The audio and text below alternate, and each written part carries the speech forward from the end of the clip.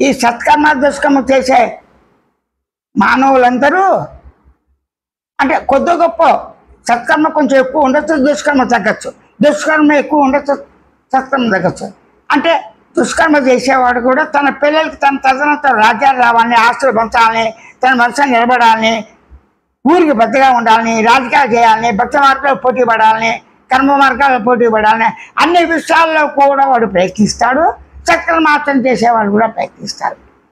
భక్తి కర్మ యోగ జ్ఞాన విచారణతో భక్తి కర్మ యోగ జ్ఞాన విచారణలతో దేహాన్ని దేశైత ప్రకృతి వనరుల్ని కలిసిమెలిసి వీస్తూ ధ్యానం ద్వారా, నామం ద్వారా, జపాల ద్వారా, సగుణ నిర్గుణం ద్వారా, ప్రకృతి ద్వారా ఆరాధన చేస్తూ ఉంటాడు. కలకాలం బతకాలను ఆశిస్తాడు. కానీ దేహ పర్యంతం మాత్రమే, దేహం ఉన్నప్పుడే దేహం ద్వారా ధర్మార్థ కామ మోక్షాలు నెరవేర్చుకోవటానికి తగిన విధంగా అందరికీ ఆయుష్ లేదు. అంటే క్షణంలో పుట్టి క్షణంలో చనిపోయే వాళ్ళు ఉన్నారు. పూర్తిగా 50 ఏళ్ళు, 60, 70, 100, 150 అలా ఉన్నవాళ్ళు ఉన్నారు. కానీ రాను రాను ఏమవుతుంది, మరణాల సంఖ్య పెరుగుతుంది, పుట్టేవాళ్ళ సంఖ్య పెరుగుతూనే ఉంది.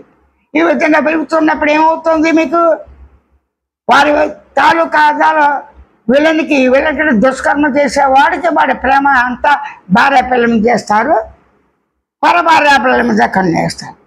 ఆ విధంగా రకరకాలుగా ఉంటాయి. ఈ శాస్త్రం కూడా వాడు తగిన విధంగా నిబద్ధత, శ్రద్ధతో ఉన్న నియమంతో కట్టుబడి తపస్సు చేసిన వాడు రాక్షసుడు. వాళ్ళకి శక్తి సామర్థ్యాలు ఉన్నాయి, దేవతలు ఉన్నారు అనే నమ్మకం ఉన్న వాళ్ళకి అది అలాగే ఉంది.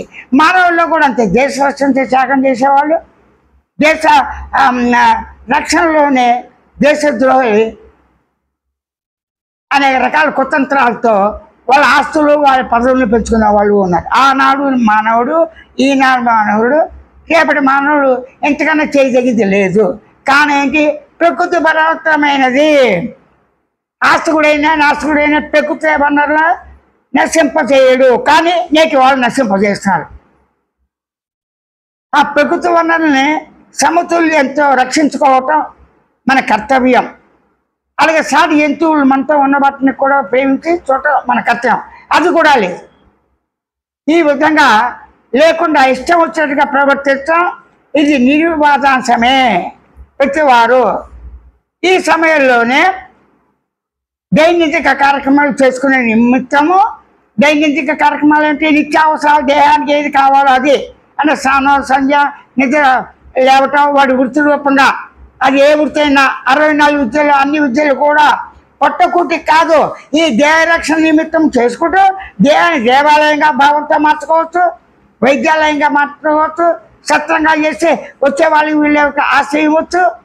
అన్నిటికీ చేస్తూ ప్రధానంగా ఆత్మానుభవం పొందాలని ఇటువంటి ఏకైక లక్ష్యంతోనే ఏకభావంతో ఉండాలని తప్పించేవాళ్ళు కొంతమంది అయితే ద్వైతభావంతో తప్పిస్తూ మా గుళ్ళు మావే, మా మంత్రాలు మావే అని వాళ్ళు పరస్పర అండర్స్టాండింగ్ ఉన్నవాళ్ళు లేని వాళ్ళు ఉండి సమాజంలో కోట్ల మంది ఆస్తికుల్లో రకరకాల పద్ధతుల్లో ఏకాత్మభావంతో ఉన్నవాళ్ళు లేని వాళ్ళు, ఉన్న వాళ్ళు కూడా ఒకళ్ళ మించి ఒకళ్ళు ఈ విధంగా ఉంటూ ప్రతి మానవుడు కూడా మతాచారాలని ఇష్ట ప్రకారంగా తన అనుకూలంగా శాస్త్రాల నుంచి, చర్చల నుంచి బలవంతంగా సున్నితంగా వాళ్ళు ఆచరణ చేస్తూ ఏదైనప్పటికీ హింస కార్యక్రమం అవుతుంది.